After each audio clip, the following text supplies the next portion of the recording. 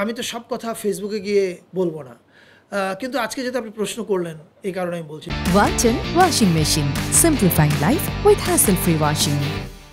ইরেশ জাকেরকে আমি পার্সোনালি চিনি।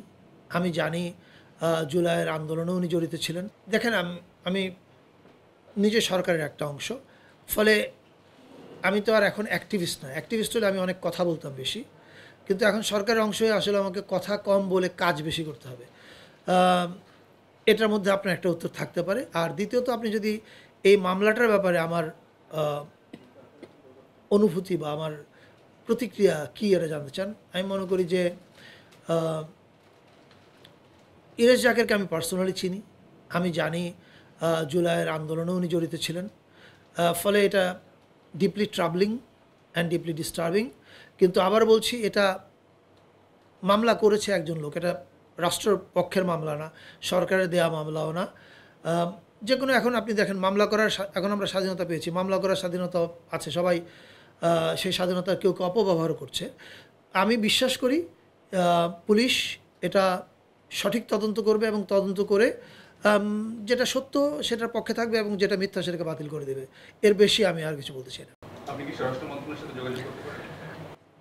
আমি আবার বলছি, সরকারের অনেক কাজ আমরা প্রকাশ্যে বলতে পারি না, কিন্তু এটুকু আপনি নিশ্চিত থাকতে পারেন যে যে কোনো কিছু সংস্কৃতি মন্ত্রণালয় অথবা সংস্কৃতির সঙ্গে রিলেটেড তার সব কিছুতেই আমি বা আমার মন্ত্রণালয় জড়িত থাকে।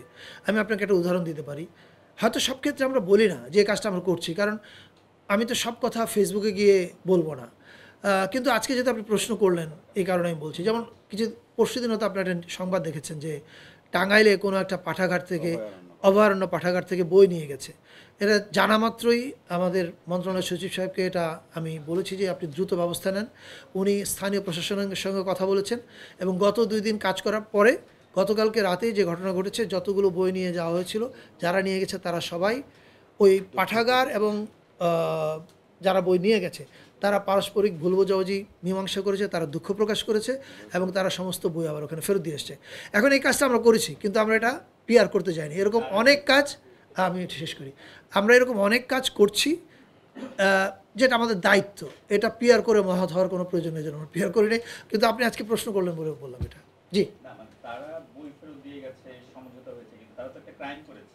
এটা এটা এটা এটা স্থানীয় প্রশাসন এবং যারা সংক্ষুব্ধ তাদের উপর নির্ভর করবে, তারা মামলা করবে, প্রশাসন দেখবে। এটা তো আর আমার দায়িত্ব না। আমার দায়িত্বটা ছিল প্রাথমিক জিনিসটা মীমাংসা করে। আমাদের দাম্পত্য জীবনটা হচ্ছে এরকম, প্রত্যেকে তার তার প্রফেশনাল লাইফের ব্যাপারে স্বাধীন।